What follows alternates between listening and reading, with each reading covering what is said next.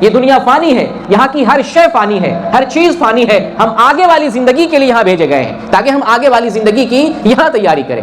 آئیے صحیح بخاری کی حدیث سنتے ہیں، سمجھتے ہیں۔ انس بن مالک رضی اللہ تعالیٰ عنہ بیان کرتے ہیں، عن انس بن مالک ان رجلا سأل النبي صلی اللہ علیہ وسلم متى الساعة یا رسول اللہ۔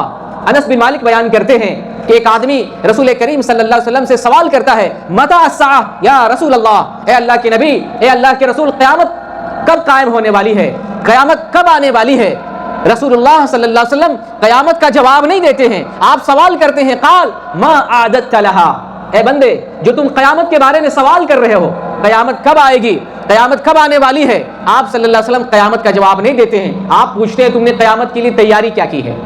آپ کیا پوچھتے ہیں؟ ما اعددت لها، تو نے قیامت کے لیے کیا تیاری کی ہے؟ وہ بندہ جواب دیتا ہے، ما اعددت لها، میں نے کچھ نہیں تیاری کی ہے، ما اعددت، قیامت کے لیے میں نے کچھ نہیں تیاری کی ہے، ما اعددت لها من كثير صلاة ولا صوم ولا صدقہ ولكني يحب الله ورسوله، میں نے نماز کو جمع نہیں کیا، میں نے بہت ڈھیر ساری زکوٰۃ نہیں دی ہے، میں بہت ڈھیر سارا روزہ نہیں رکھا ہے، میں نے بہت سارا زکوٰۃ کا مال خرچ نہیں کیا، صدقہ و خیرات نہیں کیا ہے۔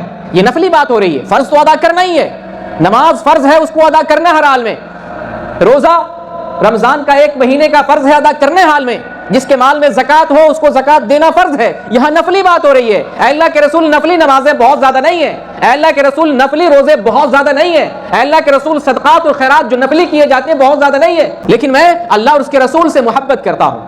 آپ صلی اللہ علیہ وسلم جواب دیتے ہیں، انت مع من احببت، سنو تمہارے لیے بشارت اور خوشخبری ہے، تم نے بہت سارے مال عبادات نہیں جمع کیے، زیادہ نماز، زیادہ روزے اور زیادہ صدقات تمہارے پاس نہیں ہے۔ سنو، تم جس سے محبت کرتے ہو قیامت میں تمہارا حشر اس کے ساتھ ہوگا۔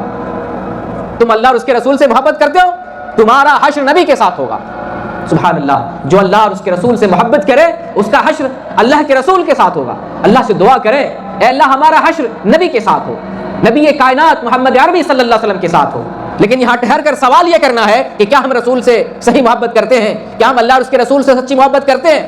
اگر آپ اور ہم اس بات کا جائزہ لگائیں تو معلوم یہ ہوتا ہے کہ ہم نبی سے سچی محبت نہیں کرتے ہیں، صرف دعویٰ ہمارا ہے۔ حدیث سنائیں گے نبی کی بھی پھر جائیں گے، رسول کی حدیث بتاتے ہیں پیچھے ہٹ جاتے ہیں، نماز بتاتے ہیں، روزہ بتاتے ہیں، حج بتاتے ہیں، صدقہ بتاتے ہیں، دین پر عمل کرنے کی حدیث بتاتے ہیں، دور ہو جاتے ہیں۔ تو یہ رسول سے محبت کیسی؟ رسول سے محبت کا تقاضا یہ ہے کہ رسول کی بات آ جائے فوراً اس پر عمل کر جائے۔ اس حدیث کے راوی کون؟ انس بن مالک۔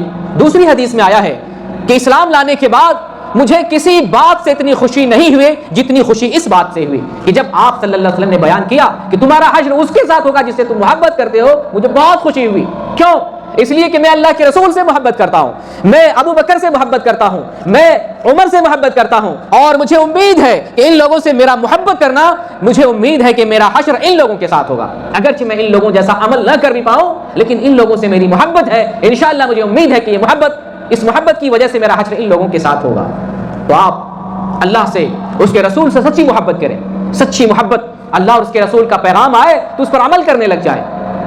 اللہ کے رسول کے بعد محبت کا معیار ابو بکر ہیں، ان کے بعد محبت کا معیار عمر فاروق ہیں۔ یہ صحابہ کا بھی ایمان تھا، لیکن ستیاناس ان لوگوں کا، ان شیعہ لوگوں کا جو ابو بکر صدیق کو گالی دیتے ہیں، عمر فاروق کو نعوذ باللہ گالی دیتے ہیں، ان کا مقام گھٹاتے ہیں، ان کی شان میں گستاخی کرتے ہیں اور ان کے بارے میں نازیبہ کلمات کہتے ہیں۔ نبی کریم صلی اللہ علیہ وسلم کی بعد اس امت میں اگر کسی کا سب سے زیادہ مقام ہے وہ ابو بکر صدیق رضی اللہ تعالیٰ عنہ، کوئی شک اور کوئی کلام نہیں ہے۔ یہ حدیث بتاتی ہے، یہ حدیث بخاری کے اندر موجود ہے۔ اور ابو بکر صدیق کے بعد نمبر آتا ہے تو عمر فاروق ہیں، لیکن شیعہ لوگ مسلمانوں کو بدظن کرتے ہیں، سیدنا ابو بکر کو گالی دیتے ہیں، سیدنا عمر فاروق کو گالی دیتے ہیں، برا بھلا کہتے ہیں، اور سب سے بڑا مقام کس کو دیتے ہیں؟ حضرت علی کو دیتے ہیں، جھوٹی جھوٹی باتیں حضرت علی کی طرف منسوب کرتے ہیں، ستیہ ناس ان کا۔ لیکن ہمیں ان کے فریب میں نہیں آنا ہے، ہمیں ان کی جھوٹی باتوں میں نہیں آنا ہے۔ اللہ کے رسول کے بعد مقام و مرتبہ سب سے زیادہ ابو بکر صدیق کا ہے، ان کے بعد عمر فاروق رضی اللہ تعالیٰ عنہ کا ہے۔